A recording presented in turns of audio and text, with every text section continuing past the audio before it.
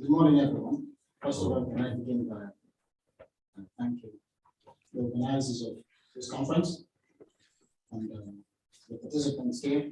I'm going to face the reality that we actually have on the ground and we're drifting away from academics. Now, as you probably can read for yourself, my name is Leeri, and I'm the spokesman for the chairman of the Information Committee of Public Resistance Movement here.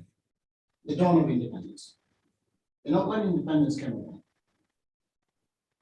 many of our citizens were very happy. Many things crossed their minds, thinking, now we have independence, we have our own country, we're going to move forward. There was jubilation. We all know that. We were free, we had our destiny in our own hands, and we're happy to do what we want to do to progress for ourselves, our families, and future generations.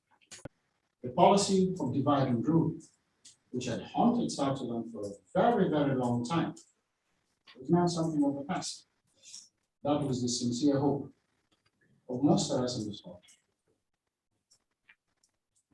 Well, our natural resources and much of what we had at the time was being exploited by others during the colonial period.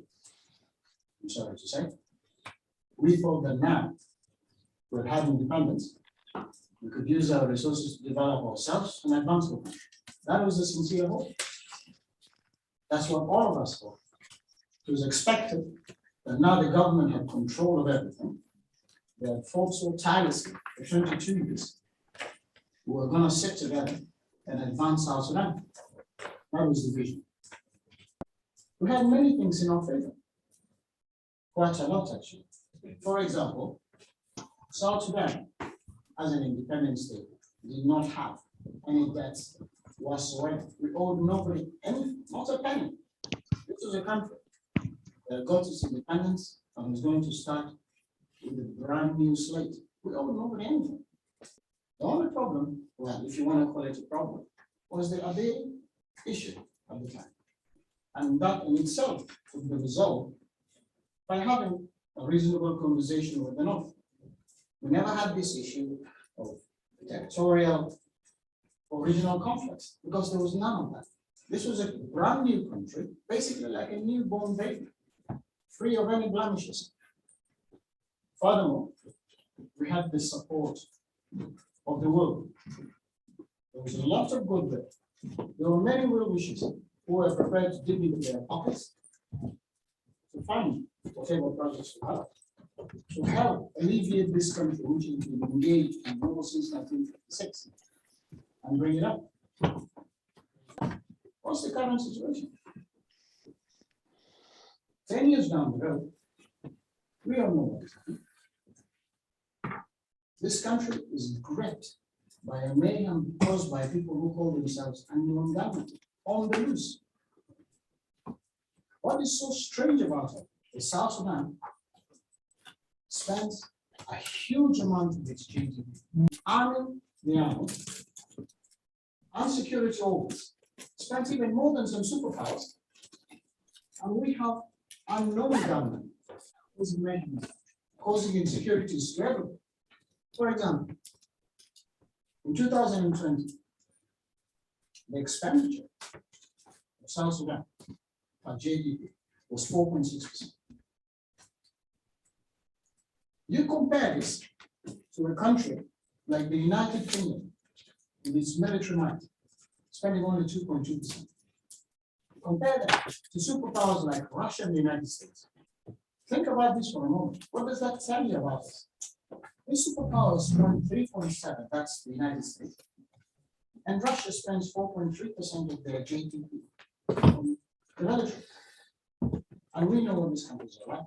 Yet, we in South Sudan spend more than that. And we have unknown gunmen gunning people down. Well, it says a lot about our country, doesn't it? We would have thought that with all this money being spent, with beefed up security, we wouldn't have issues. But we know what's happening. The very government that is supposed to protect itself is the very government that is actually perpetrating this insecurity. You can't deny that. People may not want to say, or whatever it is. But that's the reality. Let's face it, that is what is happening. We've got bury our heads in the sand for so long. At some point, the truth comes out. Look at South Sudan and look at the corruption. The corruption is unimaginable. Would you believe it? A country less than 10 years ago, which was independent of independence, starting with a new, brand new state, with not a blemish in its name, is now ranking the top third most corrupt country in the world. What in heaven's name went wrong? How could this possibly happen? Are we for real? Well, you may recall the story. Before the war broke out, Salva Kiir wrote a letter asking the 75 officials to give back over $2 billion US that had somehow disappeared from the coffers. Well, rather than apprehending these people, this was the same man asking the permission for these thieves to give the money back to the state. Well, I can only liken it to the chief of police asking the police to bring back some stolen merchandise. That's the only way I can compare it to. What sort of a country is this? How can we talk about peace, genuine peace, and even future governments if we have this hand and say so? Well, let's talk about development for a moment, shall we?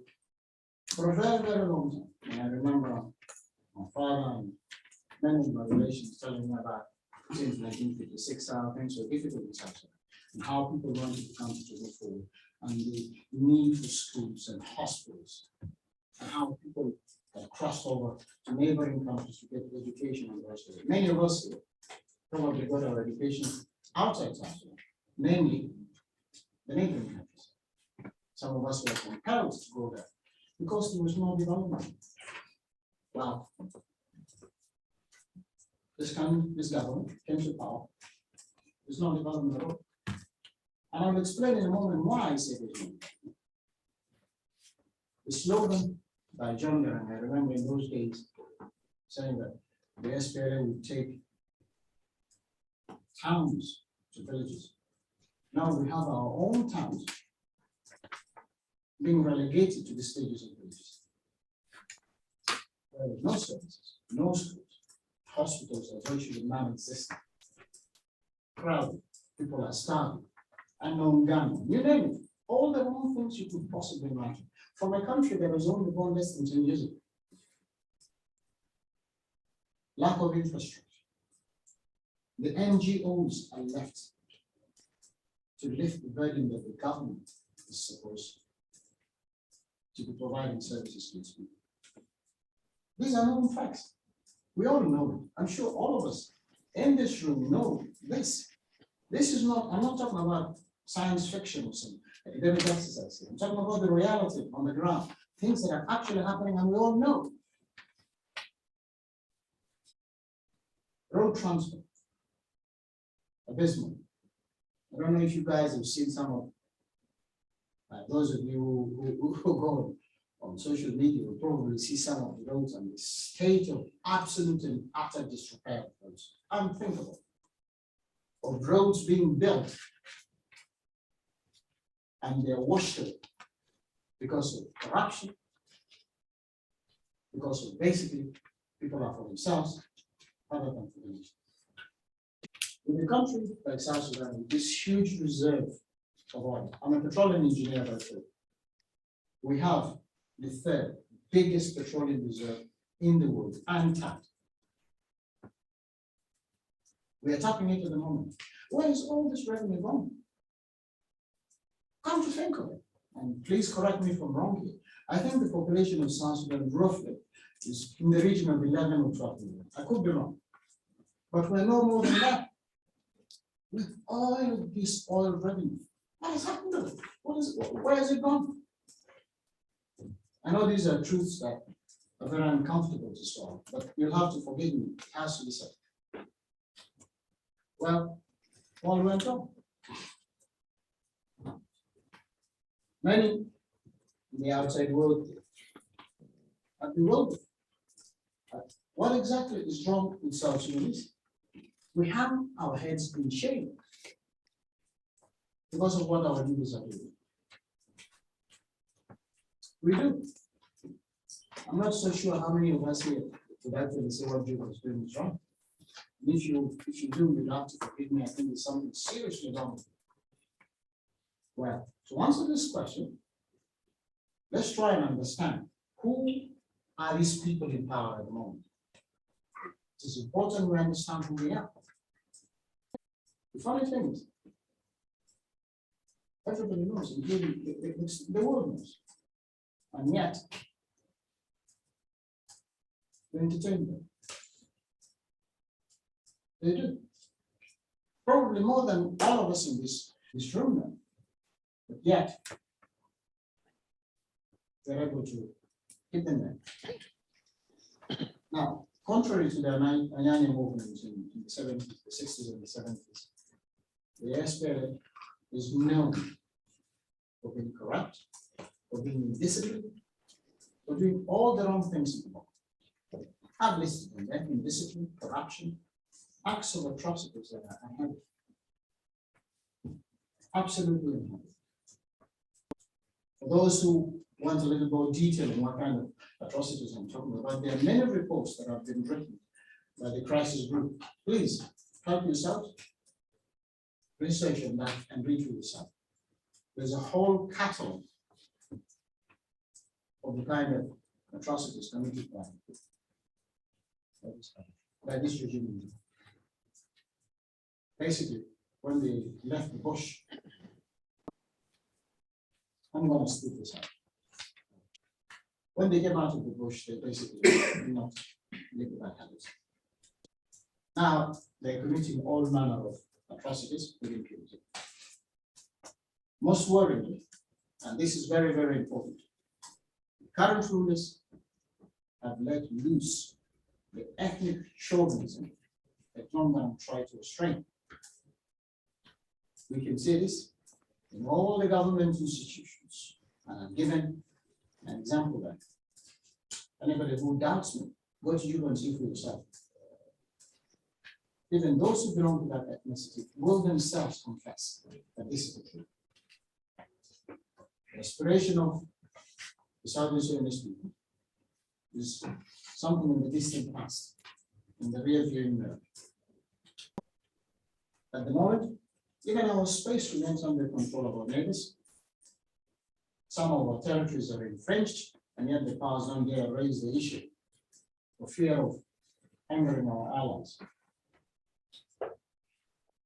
The so-called freedom fighters who fought against the regime, the colonialists, and then the regime, the British regimes, are the very people who are stepped into the shoes of the very people they fought. The principles on which they fought to liberate South Sudan are the very principles they themselves have adopted. Well, it's not even the top secret anymore that this is happening. You can read it for yourself, by the way. Last year, people who were fighting, you all know that, the government with our brothers in Marella. And we know that the government decided to say, this is a no-fly zone. This is a sovereign country. What?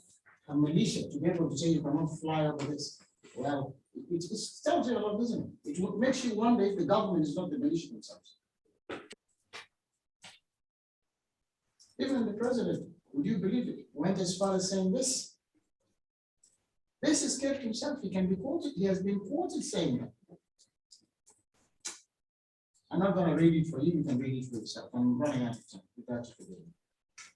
Well, that tells you a lot, doesn't it? The current situation in Western Equatoria, for those of you who don't know, we have one ethnic group fighting against another.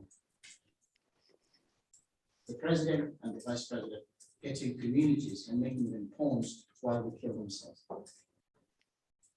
What do you call that? Is this a government of the people? Recently, there was a clash between an ethnic group, the Mundari in Juba. The president and the security forces stood back and watched while these people were chasing each other around Juba and killing each other. Nobody moved a finger. What kind of a government is this? Is this a government of the people or a government of a certain group? As I said, I'm open for questions later on basic needs and clarification. I'm running out of time here. Now, what is important here is that in the short term, the government might sustain itself by using such policies. However, in the long run, it will cause irreparable damage and is a sure recipe of complete and utter disintegration of the Republic of South Sudan. I say this, not that I want to, but it's the reality we have to accept. We have to change the trajectory this country is going if this country is to survive. Optimism has been replaced by total widespread frustration.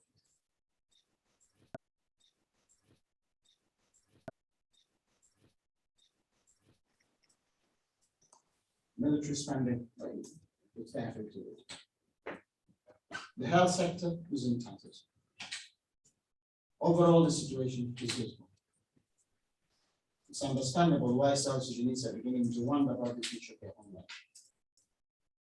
Many are beginning to believe that country is actually on the brink of absolute and utter catastrophe.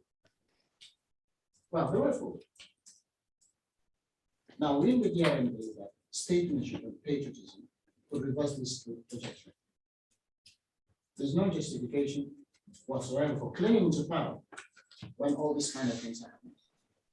If you were a person with a conscience, you wouldn't. But I very much question the conscience of this regime. But we believe that the only way forward is for this regime to be removed and overhauled. Pull the tree right from its roots. How you go about doing that is a conversation for another day. The other option. I think that's. I'm finishing. Well, another thing, there has to be forgiveness and reconciliation. You can never talk about sustainable development if you do not sit down, forgive yourself, and reconcile. If you don't do that, you're wasting your time. You cannot talk about future government. You cannot talk about sustainable peace, followed by federalism. I'm sorry, I have to flick through this very quickly. You'll be able to find it. But thank you very much for listening. And I'm sorry I had to.